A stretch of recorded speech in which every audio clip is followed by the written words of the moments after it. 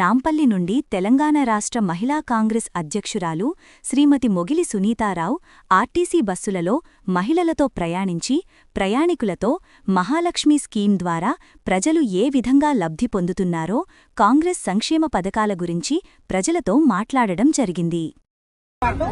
గద్వాల నుంచి వచ్చారు. సో వారి మాటల్లో ఇందాం.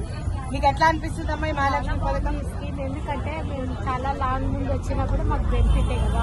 ఇంకా డైలీ వర్క్ చేసుకునే వాళ్ళకి కూడా ఇది ఎంతో బెనిఫిట్ చేస్తుంది. స్కీమ్ ఉండాలని కోరుకుంటున్నాం. ఈ స్కీమ్ ఉండాలని మీరమ్మా, మీకు కూడా ఉండాలని ఉందా?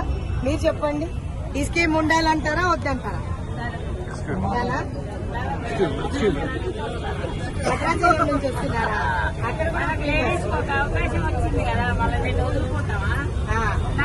ఇప్పుడు దీంతో 6,000 కోట్ల లబ్ధి పొందుతున్నారు మహిళలందరూ.